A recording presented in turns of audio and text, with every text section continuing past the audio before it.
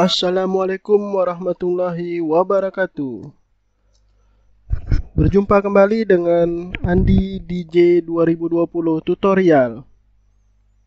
Kali ini saya akan membuat tutorial yaitu menggunakan fungsi pivot table di Excel. Oke, langsung saja. Di sini saya mempunyai database pembelian barang yang terdiri dari tahun, nama barang, dan jumlah barang. Oke, ini tabel biasa ya, database tabel biasa. Sekarang dengan di sini nampak tahunnya ada tahun 2020, 2019, 2018, 2020. Kalau kita jumlahkan secara rumus biasa tanpa menggunakan pivot table, itu membutuhkan waktu yang lama jika database ini sangat banyak barisnya, misalnya sampai ribuan atau 10 ribuan. Ya. Makanya kita mempermudah itu, kita buatlah dengan pivot table. Oke, kita lanjut saja dengan pivot table-nya. Pertama kita klik insert. Ini dengan tabel biasa ya. Insert, kemudian kita pilih pivot table. Oke, di sini sudah kesorot dari A, C, sampai bawah. Otomatis kesorot ya. Kemudian, choose where you want pivot table report to be placed. Existing worksheet berarti lokasi bisa di sini juga. Atau kita pilih no worksheet. No worksheet ini berarti menambahkan sheet yang baru. Oke, kita tekan OK. Nah, di sini sheet pivot table-nya sudah muncul. Kita ganti saja namanya pivot table biasa ya. Ini menggunakan tabel biasa. Oke, di sini sudah muncul pivot table 3. Ini biasanya kita untuk mempercantik tampilan kita klik kanan. Untuk tampilannya kita buat displaynya yang klasik aja. Oke, saya biasa menggunakan klasik pivot table. Kemudian kita klik OK. Tampilannya akan seperti ini. Kemudian kita masukkan filternya. Yang pertama kita masukkan, misalnya tahun kita masukkan di baris row. Tahunnya otomatis masuk di sini. Nama barang kita masuki di row. Oke, nama barang itu kan adalah teks ya, tulisan ya. Kalau kita masuk ke value dia nggak akan bisa. Value dia munculnya data count dia jadinya. Karena nilainya itu bukan nilai angka, tetapi dia nilai teks. Dia akan membaca count, jumlah data ya. Kita kembalikan aja lagi. Ini kita masukkan ke row. Ya, sudah muncul ya. Kemudian jumlah. Jumlah ini kan nilainya angka nih. Kita masukkan ke data value. Otomatis akan muncul seperti ini. Ya. 2018. Nama barang ini yang penjual ini yang persediaan stoknya ini. Oke, dari tabel ini jumlahnya, jumlah barang yang dibeli ini. Gimana kalau angka ini kita buatkan ada tanda titiknya lah, pemisah ribuannya. Caranya ini kolom ini total. Kita pilih file setting. Bentar.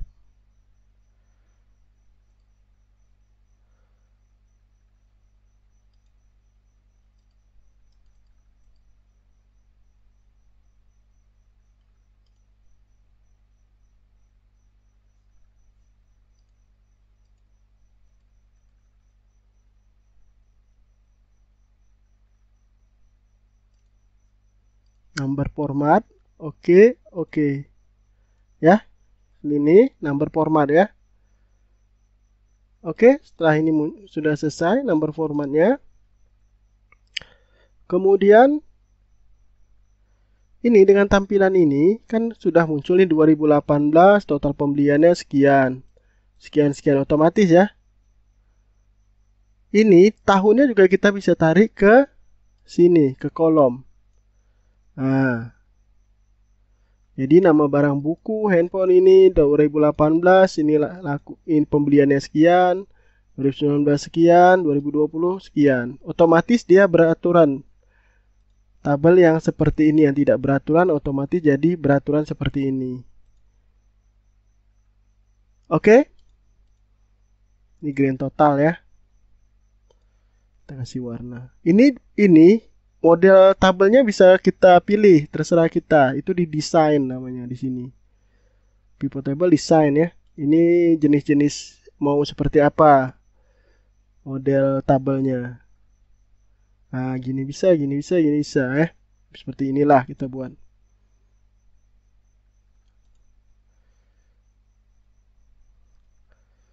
Oke? Ngerti ya? Tapi gimana kalau ini misalnya di tabel ini di bawah ini kita tambahin lagi tahun 2020. Misalnya ada pembelian pensil. Pensil. Di sini 500. Di sini ada lagi 2020 dibeli mouse jumlahnya 100 misalnya. Baru kita tambahin lagi buku dibeli 1000. Saya lihat di sini apakah langsung muncul? Ini kita refresh.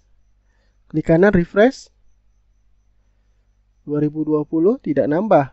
Atau di sini kan 2020 14.990. Di sini harusnya udah tambah ini 2020 pensilnya tambah sekitar 1.600 lagi. Gitu. Sini dia tidak otomatis muncul. Caranya biar kita bisa nambah ke tabel berikutnya, kita harus pivot table, kita cek data source-nya, kita tambahin. Karena yang tadi itu C sampai C39. Sampai sini aja dia yang di pivot. Harusnya dia sampai ke 42. Jadi ini kita tambahin jadi 42. Nah, kalau dengan tabel biasa itu seperti ini. Dia otomatis akan nambah di sini per masing-masingnya. Ini menggunakan pivot table dengan tabel biasa. Jelas ya di sini? Bagaimana kalau kita mau nambahkan lagi dengan fungsi slicer, insert slicer ini. Di sini kita bisa tambahkan juga slicernya. Klik slicer tahun, oke. Di sini, ini modelnya juga banyak ya pilihannya ini ya. Nah, misalnya kita mau lihat tahun 2020. Dia akan otomatis muncul yang tahun 2020 aja. Berapa pembeliannya? 2019 muncul juga pembeliannya 270. 2008 juga muncul sekian. Oke, kalau mau munculkan semua klik ini ya di slicer ya. Ini view-nya kita hilangin aja greenness-nya biar lebih jelas. Ini dengan pivot table dengan tabel biasa ya. Nanti saya kasih tahu perbedaannya. Sekarang kita buat lagi yang database ini kita copy. Atau kita biasalah kita insert aja ya tabel baru ya. Jadi kita buat worksheet baru. Ini tabel ya, beda tabel ini. Ini kita copy datanya. Di sini, ini kita buat garis ya. Oke, cuma di sini pastekan di sini. Kemudian ini kita kasih jarak. Oke, di sini cuma kita bedain ini pakai insert, pakai tabel ya. Klik my table as header, jadi ini jadi header di atasnya. Oke, kemudian kita oke. Di sini kita pakai model terserah, yang ini namanya udah jadi tabel ya. Kita pakai tabel lah, yang ada warnanya. biar jelas. Nah, ini. Oke, di sini sudah ada namanya tabel ya. Tabel ini tabel biasa. Jadi kalau misalnya kita ingin penambahan berikut di pivot source ini, kita harus tambahin lagi dia source-nya. Kalau ada penambahan di bawah ini. Karena kita sort tadi cuma batasnya ini gitu. Kalau mau kita tambahin lagi di sini harus ditambahin source-nya. Beda dengan tabel ini kita tandain warnanya, misalnya ini hijau. Sekarang kita mau buat pivotnya. Klik sekali di sini, insert pivot table. Oke, otomatis semua tabelnya namanya tabel 2 akan kesorot. Kita pilih new worksheet ya, dengan sheet yang baru. Oke, ini tabel dengan tabel pivot table. Tabel dengan tabel ini. Tabel ini ya. Ini yang biasa kita kasih warna kuning. Ini juga kuning. Jadi biar tahu perbedaannya. Ini hijau. Oke, perbedaan pivot table ini kita ini juga pivot table option displaynya kita buat klasik ya. Oke.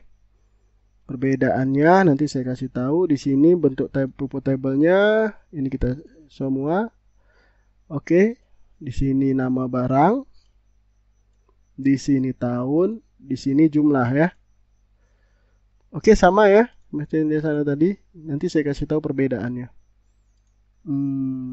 Ini kita kasih warna ini. Ini kita number formatnya kita kasih number use 1000 separator biar ada 1400 gini ya pemisahnya. Oke, di sini perbedaannya sama dengan yang di sini tadi. Kalau yang di sini tadi dia harus kalau ada penambahan di tabel biasa ini harus ditambahkan dengan fungsi ini tadi source tadi. Change data sort-nya. Ini sampai C42 berarti sampai di bawah ini. Tambahin bawah seperti itu kalau ada tambahan baru.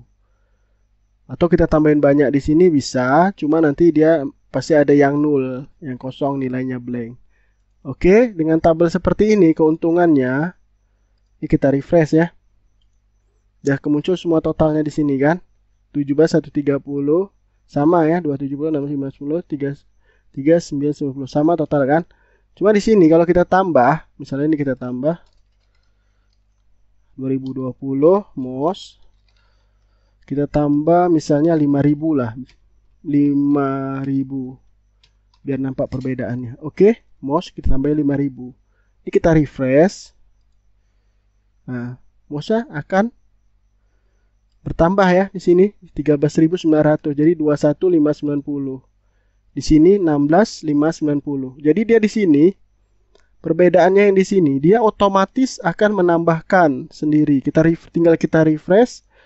Kita tambahkan aja datanya di sini, misalnya 2020 kita tambahkan lagi MOS pembelian misalnya 10.000. Oke, kita refresh lagi di sini. Nah, sudah nambah otomatis. Jadi keuntungannya kita menggunakan database-nya menggunakan tabel ya. Ini menggunakan tabel. Setabel ini tadi, namanya tabel ini tadi kita kasih. Keuntungannya dia otomatis setiap kita menambah baris di bawah, otomatis waktu kita refresh di sini, otomatis datanya langsung update atau refresh all di sini. Refreshnya bisa di sini atau klik kanan ya, refresh di sini. Oke, jelasnya kalau ini mau kita tambahkan slicer juga bisa, pivot table, insert slicer. Misalnya kita tambahin tahun di sini. Oke.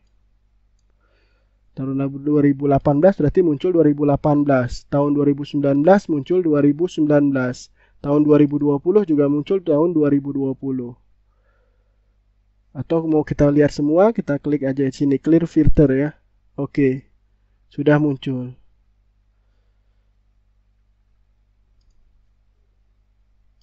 Oke, jelas ya tentang perbedaan pivot table biasa dengan tabel biasa sama dengan tabel menggunakan insert table yang ini sini tadi. Ini karena tabelnya sudah kita buat. Ya, jadi keuntungan menggunakan tabel ini adalah setiap kita penambahan di satu baris ke bawah, otomatis datanya kita refresh langsung muncul.